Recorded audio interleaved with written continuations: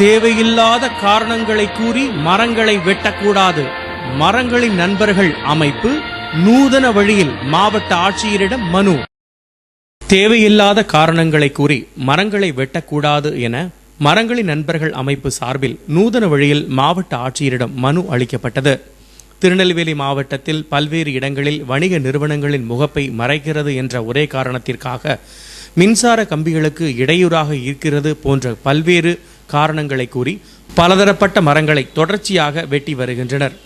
கிளைகளை மட்டுமே வெட்ட வேண்டிய இடங்களில் கூட மரங்களை பாதியளவிற்கு மேல் வெட்டப்பட்டு அவை அழிந்து வருகின்றன. இதனால் இயற்கை வளங்கள் காப்பாற்ற தவறப்பட்டு வருகிறது.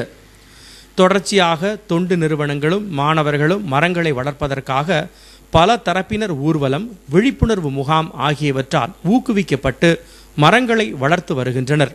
ஆனால் இதுபோல வளர்த்து வரும் மரங்களை தொடர்ச்சியாக வெட்டி வீழ்த்துவதற்கு பலர் துணை போகின்றனர். மேலும் மரங்களில் ஆணி அடித்து வணிக விளம்பரங்கள் செய்வோர் மீது நடவடிக்கை எடுக்க கோரியும் மாவட்ட ஆட்சியரிடம் மனு அளிக்கப்பட்டது.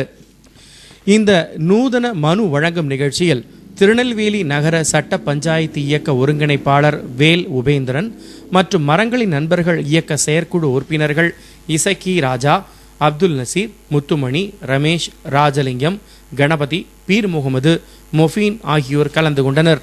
உங்கள் இதயங்களின் எண்ணமாய், உங்கள் பதிவுகளின் வண்ணமாய் தாமிரா வெப் டிவி. உங்கள் பதிவு நிரந்தர பதிவு.